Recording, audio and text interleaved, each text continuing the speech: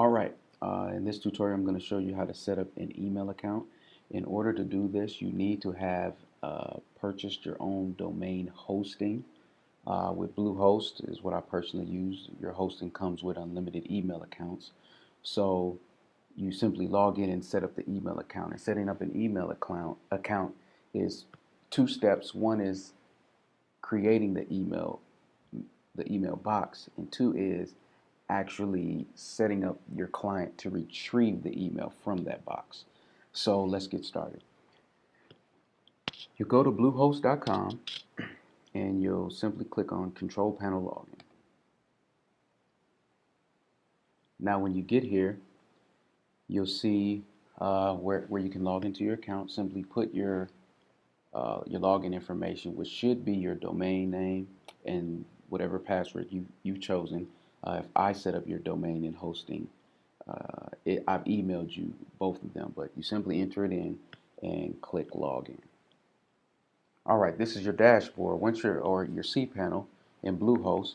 Once you're logged in, you're going to want to scroll down to right here, email accounts, and click that. Alright, next you'll be at this screen where you actually are going to set up the email account.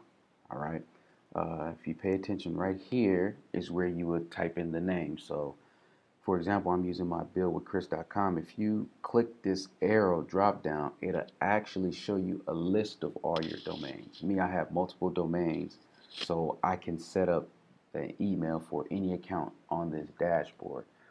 Remember, with your hosting, you may or may not have more than one .com. So in the control panel is where you can set up an email address for any .com or any domain that you have purchased. So here we'll just say new guy, give it a password, match it, okay. It'll give you errors if it's not good or if it doesn't match, and then of course allow you to generate your password on your own or correct it. Right here you can set the limit to your inbox.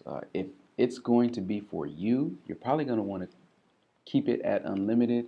If not, you'll want to limit, depending on your hosting. If you don't have unlimited storage, you don't want to have all these accounts that have unlimited access, where people are receiving files that are megabytes large, and it's just going to fill your hosting, and eventually you'll have to pay for it, or it'll slow access down to a lot of the files that you need. So try to keep it at a minimal for people who may be interns or, I don't know, don't need that much.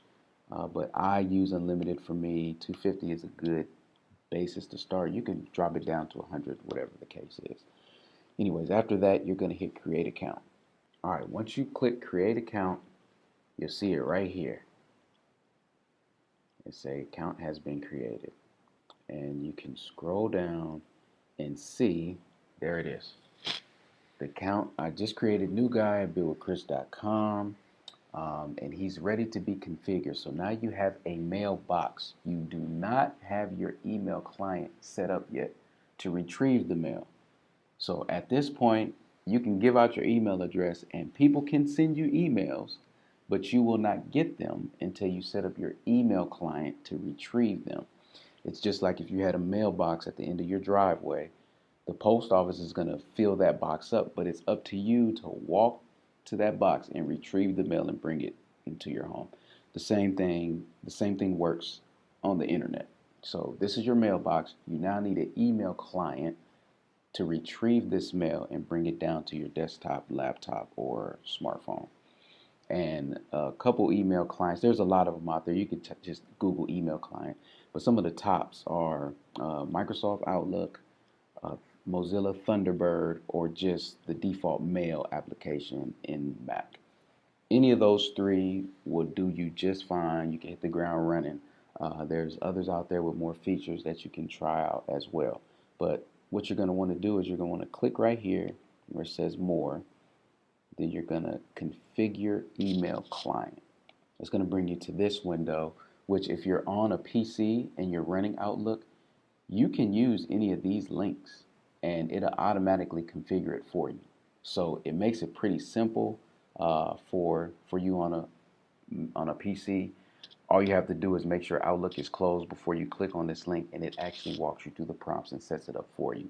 The difference between IMAP and POP3 is with IMAP, if you have the same inbox going to multiple devices, when you read an email on one device, it's marked as read on all devices. Whereas POP3, you can access the email from your smartphone and read it, but when you go home to your laptop, it'll be marked as unread because POP3 looks at what emails have been activated per device. So just because you read it on your smartphone doesn't mean it's going to be marked as read on your computer. So that's just one way. If you're just using it for personal use, I would recommend IMAP. And here are the settings. If you're going to set it up manual, which is what I do, because I don't have a PC and I run a Mac, these are the settings that I would recommend that you use. And you put those in exactly as they're shown.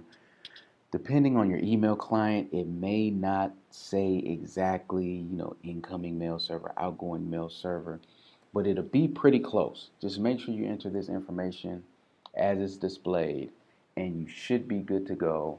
And now you can access your email from wherever you've configured your email client. And you can repeat these steps for any email address at any time if you need to add one. And here's one thing. Once they're added, you can also go back and if you wanted to, you could delete it. Somebody leaves the company or, no longer needs it, delete it there. Change the quota is this 250 megabytes. You can up the size or decrease it. And of course, change password is self-explanatory. So there you have it. That's how you set up an email account and pull it down with an email client to your desktop, laptop, or smartphone.